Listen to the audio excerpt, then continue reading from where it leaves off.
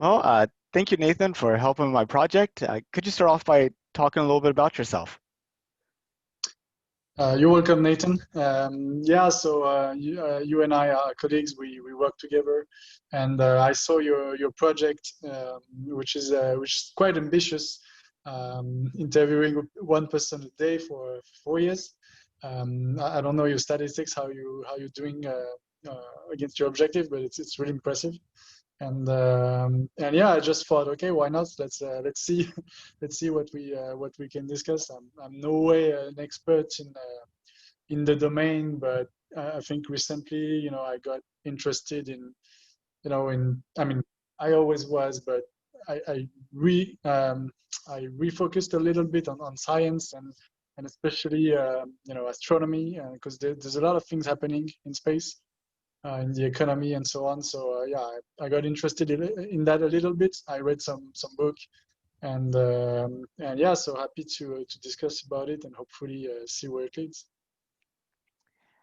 So did you learn, when did you find out that NASA was planning to go back to the moon in 2024? Um, Very soon, I think. I spend quite a lot of time on Twitter, getting my tech and science news, and even if I don't follow politics in there, it's difficult to avoid Trump tweet. So as soon as he made the announcement, then there was a lot of people talking about it. So yeah, about that time. Of the over 255 interviews I've done so far, I'd say only 50 of them knew that we were planning to go to the moon in 2024. Oh, okay. And this Uh, includes mainly people in the US, which is kind of expected, but I've interviewed a lot of people in Europe as well. Whenever I went to York in February, I interviewed people there in London and York and other places, kind of neat. But almost universally, people are pretty excited about the prospect. It's just it doesn't show up on their radar. And I was wondering what you would, because the way we consume news now is a lot different. Used to, we all watch the same broadcast TV, we used to all read the same newspapers. Now we have highly individualized feeds in Twitter and Facebook and, on the news sites that we look at. And it's very possible that somebody's getting bombarded with information in one area, but is completely, uh, gets no information about another area. I was wondering if what's your thought? Definitely. Yeah. It's definitely the case.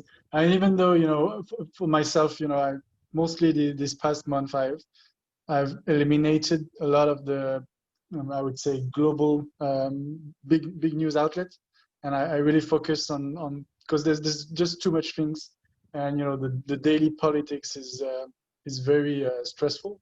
So I decided to focus on really on technology and science, and the kind of subject where there's just it's about learning stuff and not about discussing what's happening. But even with that, some news filters through whatever you do. But yeah, so I got a lot of exposure on that, and I consciously try to get stuff on the space, on the future space industry, and science in that domain. Although I'm very far from being any kind of expert. Yeah, it's kind of interesting, right? The politics seems so critical and urgent today, but then 10, 15, 20 years from now, no one will remember anything about it. But the science, potentially you could learn something that seems relatively minor today, and it unlocks an entire new area of technology, human exploration, human experience. Definitely, yeah. And this space exploration. Yeah, there's a lot on that. There's a lot of critics, I think, in this area. Um, a lot of people saying that we're just wasting money on that. Um, well, and that's an argument we can have, but there's just such a huge achievement that it's actually bring a lot of people together. And as you say, well, going to the moon, yes, I think when we say, even if it's NASA and USA going to the moon. I think everybody is somehow part of it. You know, everyone on the planet. You know, it's not. Yeah, I feel part of it. And you know, I mean, this time that they're going back, I mean, last time it was completely an American enterprise, you know. But at this time, they're trying to create international partnerships and coalition and do it similar to the same way that they've done the International Space Station with different uh, countries contributing different parts of the program. Mm. So um, you might be more of a part of it than you know. Yeah, probably. And you know, there's the European Space Agency is doing quite a lot of stuff, and there's been a lot of achievements in the recent years. Why, you know, it's not very, most people are not aware about it, but quite a lot has happened in the past, I don't know, 10 years, I would say. And those are very big achievements. And so it's not like I hear a lot of people, you know, criticizing the space, even saying it's I don't know, it's fake news that we got to the moon. And the argument is like, oh, you know, we just in '68 we got. Oh, I don't even know the year actually. What was it? 63, 4? So 68, we sent Apollo 8 around the moon, and then in 69 we had Apollo 11 land on the moon, and then 72 was the last time we had anybody on the moon. So Okay. Yeah, so I think a lot of people are saying, you know, in like 50 years ago we were going there, and then since then nothing has happened, and suddenly we decide to go back. Well, it's not true. I mean, nobody went to the moon. Like no human went there, but China landed there recently. But you know, the European Space Agency sent probes very far away, and I'm sure you know about Rosetta and Philae. You know, it landed on an asteroid that I think 500 million kilometers away. It's extremely far. Broadcasted for a while, and recently I think we were sending a probe into the sun, or around the sun, and one, you know, there was some small anecdote on it. You know, they decided to hitchhike and follow an asteroid on the way, seeing that it was on the correct trajectory. It was not really planned, but you know, just the opportunity, so they decided to do it. So these are big stuff, and sure, there's nobody on this spacecraft, but still, it is very far away. so you mentioned that there's a lot of people that criticize the space exploration and the money that we spend on those types of things. Um, what are how do you approach that kind of skepticism? Like what are arguments that you use to kind of justify the expense? Um, a good question. I don't do it I don't do it very often. You know, it's that kind of thinking and criticism is not really something that I get face to face very often. I would say, you know, if I think you should consider this kind of um, endeavors as fundamental science. Really, it's yes, that's a clear objective, and landing on the moon itself might not be extremely useful, but you know, what as a civilization, what we learn on the way about physics and everything is huge. And so having an objective to realize, to attain, is forcing you to discover a lot of stuff. um, I know very often people take the example of inventing the I think it's the ball pen, right? Oh, the which one? The ball pen, The boat pan? the pen to write Oh, in yes, yes, the one that you could write upside down. And, yeah, that one, yes. I don't think that's such a great example. It's not really, you know, sure, yeah, we invented a pen, costed 2 billion. Fine. Not really, but no, there's just a lot of science and research done to get to this, and things we learn there, we implement them everywhere else. Yeah, it's interesting. You know, I think sometimes we have mental blinders based upon our experience, and that other people that have different experiences are able to easily see things differently. And I mean, it's just like you know, people that have always lived um, maybe on the ground have a different view of the world than people who fly often. You know, as an example. And if you think about it, pretty much all of humanity has had a 24-hour day, 1G gravitational force, one atmosphere of pressure on them. And while, you know, it may not be a new physics or a new information, but maybe whenever we step out into the solar system and start looking at the same thing, but from a day that lasts 28 days instead of, you know, 24 uh, hours, you know, a gravity that's 1/6, you know, an atmosphere that's hardly detectable, you know, just being able to observe the universe from here might make a lot more things obvious that are hidden. I was just wondering if you thought that might be a benefit in terms of humans going out. Well, I mean, there can certainly be benefits in terms of medical research on the effect of of our environment on us.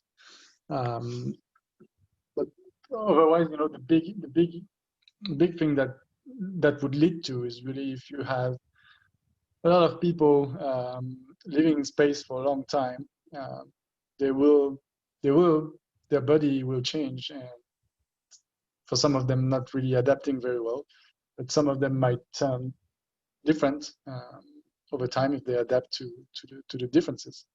And also, if it's really long term, feel disconnected from the rest of us down on Earth. I think that's a big subject of many of many science fiction story in space, where you have a bunch of people living in different environments, some in deep space, some on other planets, and so on. And everybody just becomes very disconnected on the long term. And when you think out into the future, like 500 years, do you think humanity is still pretty much on the Earth making these little trips to places? Or do you fundamentally see humanity expanding beyond the Earth and, you know, having human settlements in free space on the moon, on Mars, other places, the moons of Jupiter, moons of Saturn? Um, I don't know, 500 years is a very long time. Uh, it's hard to say. It's hard to, I understand that it's very hard to imagine today that we would be able to achieve this. And certainly, with the technology we have today, you know, the, we can't really do this. We need several breakthroughs to to to to allow for that. And of course, we need reasons. But the reasons might come, once we have. Sorry, the breakthrough might come once we have reasons to do these things. Because currently it's purely scientific. But if at some point, I don't know, say we manage to manufacture some kind of solar panel up in space and I don't know, beam the energy down to Earth, that kind of thing, that will force industries and businesses to move towards that and increase the research that would allow us to, yes, in 500 years, why not, to be able to having permanent settlements outside. The probability is high, I think. Now, we have two really famous billionaires here in the US that are very interested in space, Elon Musk and Jeff Bezos. I was wondering if you were familiar with both of their work and what you thought of it. So Elon Musk, yes, I am. Again, I think it's pretty hard to miss what they're doing today. So the achievement of of the rockets, SpaceX, and something else that is not exactly space exploration, but Starlink, the satellite web, which I'm very excited about. Plan to switch my internet provider as soon as possible. So that one, yes, I know Bezos is. I've heard about it, but really, I don't. I think it doesn't have the same media coverage. To be honest, I'm not very aware. I know he invests money in it, but not really exactly what into. Yeah, there was a news article about 3 or 4 years ago that had the joke about um, Elon Musk having this massive media thing about setting up a colony on Mars, and he gets there and he finds out Jeff Bezos has already been there. So, that's kind of like the stealth mode versus the out in Yeah, the open type thing. So, uh, but yeah, it's really difficult to say how much progress Blue Origin, Jeff Bezos's company, is actually making. They haven't done any launches other than with their little suborbital craft.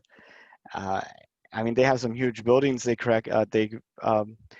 constructed. They're hiring massively. They have a lot of things announced, but SpaceX, I mean, real hardware being really flown on a regular basis is kind of interesting.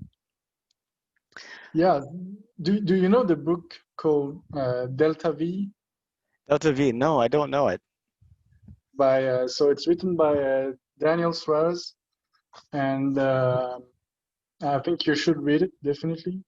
It's really about it's a sci-fi for probably about it doesn't give a date obviously, but it's probably about imagine to be like 20, 30 years from now.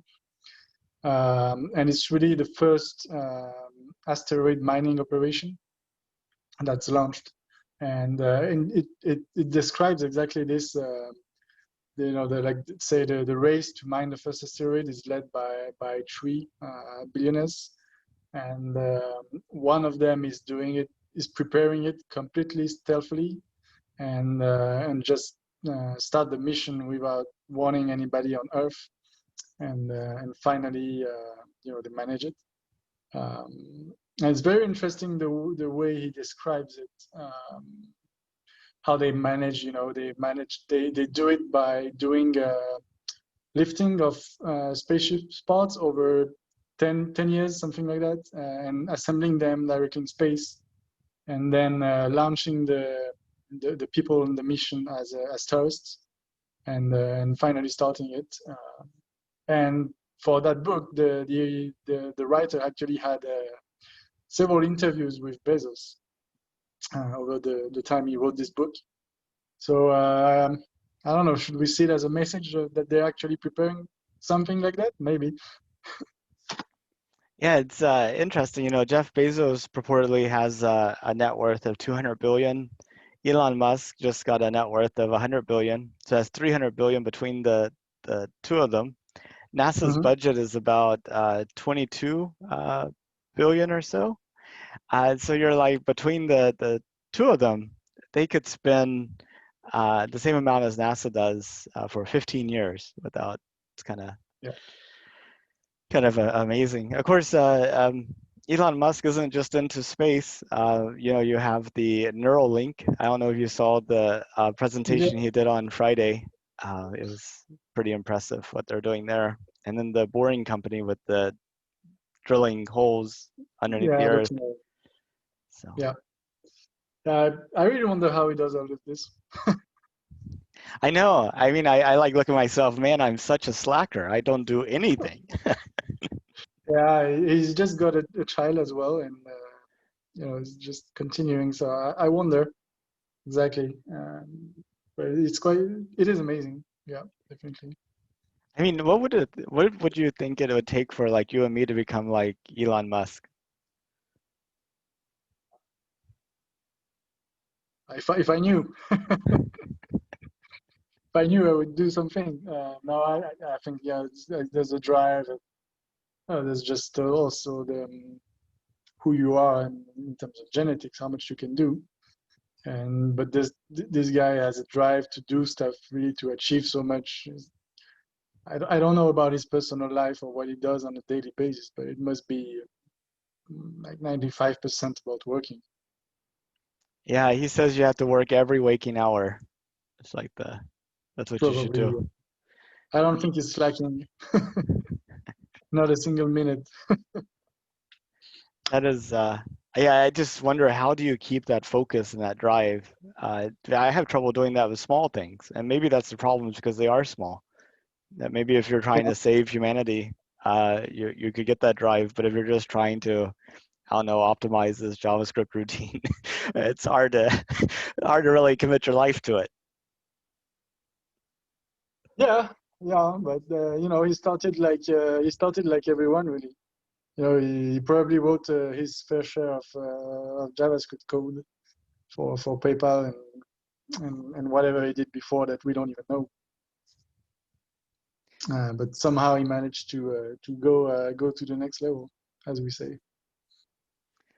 Yeah, indeed. Um, so if it was safe and affordable, would you take a trip to space? Yeah, definitely. And how far would you go? Just like a little suborbital trip, or would you stay in orbit for a week or so, or maybe to the moon for a couple of weeks, or would you go to Mars over the course of several years? Like, how far would you be willing to travel?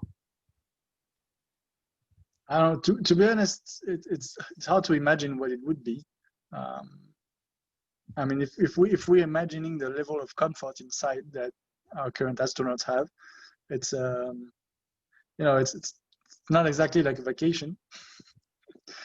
But I mean, going up the Earth, seeing the Earth, everybody can imagine that. But cruising to Mars is probably um, yeah, it's month and month of emptiness. So yeah, you get to play in zero G. Um, what I don't know, to be honest. It really depends, what you can do along the way, and what is it worth. I don't think I would go very far, really. I think yeah, it's probably not going to happen very soon. Um, Safe and affordable, maybe in 30, 40 years. But for us, it would be quite expensive. So I'll probably be old. So a trip around the earth should be enough. Yeah, I know. I keep hoping Virgin Galactic starts doing routine flights, but always seems, 6 more months, 6 more months, 6 more months. Yeah. Are they still doing some test one? They've done a couple, but not like, I mean, I personally would be expecting for them to be flying like weekly, even if they're test flights, but it seems like it, it, they're very far between. So I'm not really sure where they're spending their time. Well, potentially, with SpaceX getting up to speed, and SpaceX is going to look for reasons to fly more, to test their hardware and everything. So potentially they might team up and offer that kind of service as well. Yeah, I mean, Should be. at least now you can, at least now there's a price for getting to orbit. SpaceX to take you there for about 55 million. So we just we just need our stock to get a little bit higher. I think we'd be okay. Several. Yeah, a little bit. It's, I think we're looking at the price per kg, and should decrease. Yeah, I But think as that's one of the things we were discussing about. Sorry, go on. oh no, I think you're right. As there's like more competitors and more frequency, and the price should come down. But Yeah, but for we were discussing about breakthrough and having permanent settlements outside. I think that's the breakthrough we need is really to be able to find another way to get out of the gravity well. because just sitting on a huge bomb that is just burning is does not seem very efficient to reasonably efficient. It has been some talks about space elevators and skyhooks and, kind of, Yeah. some way of accelerating something on the ground fast enough to make it uh, get into orbit. It's like maybe there'll be some progress. So do you know that there's in physics there we call the four different forces that binds everything in the macro and micro world, and one of them being obviously gravity. Um, so for the three of us, the electromagnetic, the nuclear force, we have identified what is creating that force. It's two different bosons. And it's basically two particles just sending these bosons to each of them and making them, making this force active.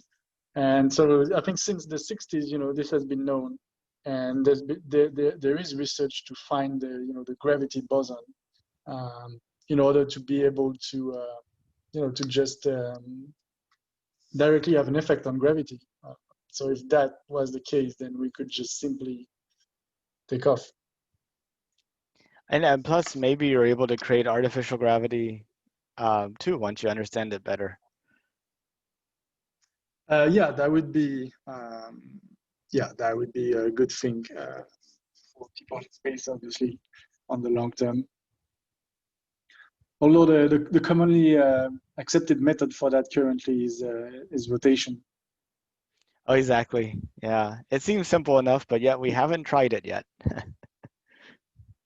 Yeah, it's true. Should work. I just worry about the It should work. stability of the craft and being able to control it as it's spinning.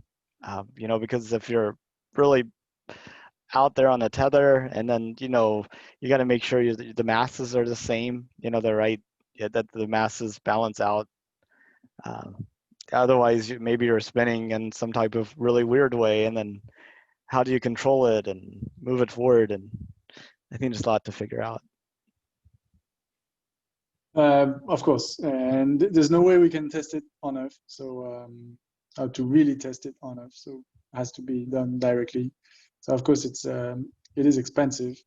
But same with all the physics theory. A lot of it has been written a long time ago, and by them, if you think we didn't even have planes, it's still it was true. So um, theoretical physics is usually right. So hopefully that one would be right too. Well, that's pretty much all the questions I had. I really want to thank you for signing up for an interview. You were talking about how well I've been keeping up with my goal. I'm happy to report it's been 100% so far. And I feel like if I Wow. miss a day, it'd go to 0%. So it's like, Oh, so if you know anybody else that would be willing to sign up, I probably could use some help. all right. And so what got you into doing this really? How come you're so excited by this? Oh, okay. So I think there's really like sort of two parts of it. One is I'm really excited about space and are the future of humanity in space.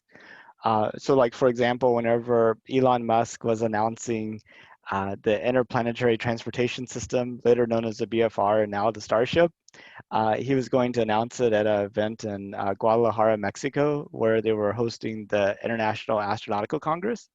So myself, my wife, and my son, we all went down there to watch the presentation. So we're kind of like to Nice. do those types of things. But I just, I mean, whenever, like you said about astronomy, whenever you think about how small the Earth is compared to the rest of the solar system, that alone is like, shouldn't we be like figuring out if there's something worthwhile out there? I mean, I mean, there's more material off of the Earth than there is on the Earth, so it seems like at some point we should really be figuring that out. But then if you look at how small the Earth is compared to the galaxy, you're like, whoa, it's really small. And then if you look at how small the Earth is compared to what we can see of the universe, it's like infinitesimally small. So it's just so that's the big thing. But there was a NASA administrator, assistant administrator last year, who was tasked with actually fulfilling the promise of getting astronauts on the moon by 2024. And he had a little lapel pin with the number of days to the end of 2024. And he was highlighting a NASA employee every day. He was calling it they have the Human Exploration Operations Division, so HEO, Hero of the Day. And I don't know, I was at Christmas break, just wandering around the house. And I was like, I work from home. I've been working from home for 2 years. I don't see people. So I tell you what I'll do. I'll interview a person in person every day until the end of 2024. So my plan was to interview people at Starbucks and at the mall and at the airport and stuff like that. So if you look at the interviews from December, January, February, and the first part of March, you can see that they're all like random people.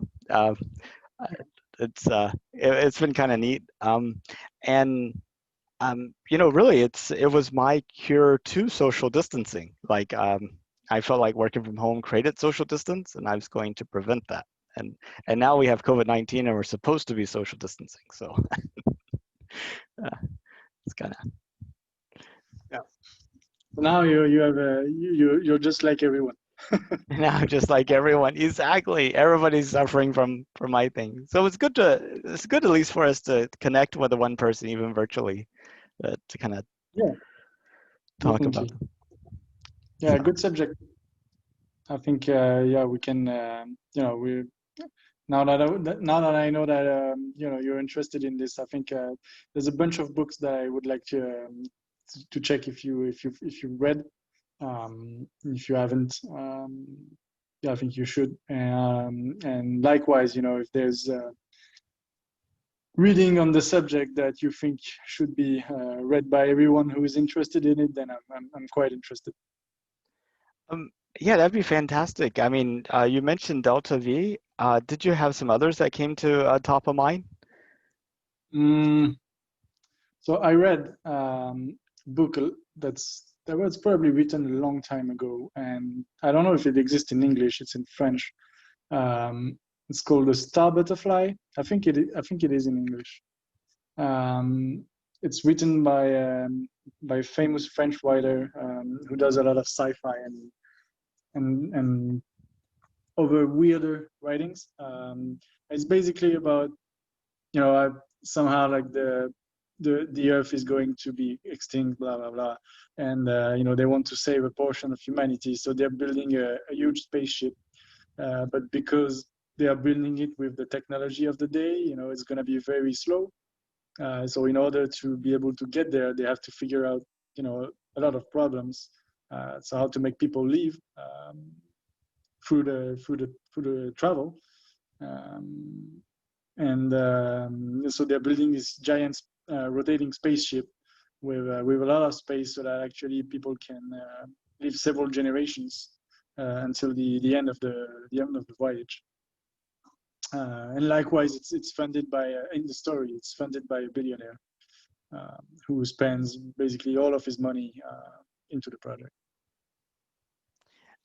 Robert Heinlein wrote a book called Orphans of the Sky, and it has a similar generation ship, they call it, where it's like, spinning and people live there for multiple generations. But along the way, there's like some type of revolt, and like the technology gets lost, and like the people continue surviving, but um, they don't realize they're on a spaceship, and Yeah.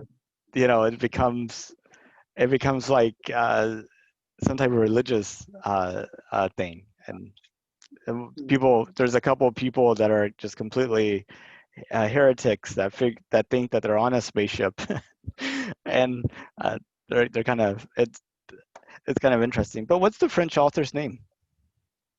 It's Weber. Wait, let me find his name.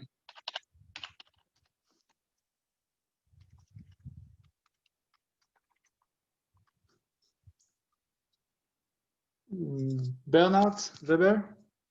Bernard Vivet. Weber is Weber. Okay, excellent. I'll have to check him out. Hopefully, there's English translations because my ability to I learn think there is. languages have not been good. It's probably not worth to learn the entire language for that book. Learning curve is too hard. And what's the name of the one you just gave me? It sounds very similar. Yeah, Orphans of the Sky. Of the Sky. All right. It's by Robert Heinlein. But yeah, why don't we exchange lists? Send me a list of your top favorite books that you think I should read, and I can send you a list of the top books that I've really enjoyed. All right. Yes, because I'm always looking for stuff to read, and I'm currently coming to the end of the current series I'm reading, so I will need the next one. Well, excellent. I'm happy to share. Well, thank you so much, Nathan, for your time. And like I said, if you know of anybody else, please have them sign up. That would be a wonderful. All right, perfect. I'll try to find you some people from. I'm trying to think of people in Asia that would be a good spin. Well, good deal. Have a good day. Thank you. Talk to you soon. Talk to you soon. Bye bye. Bye.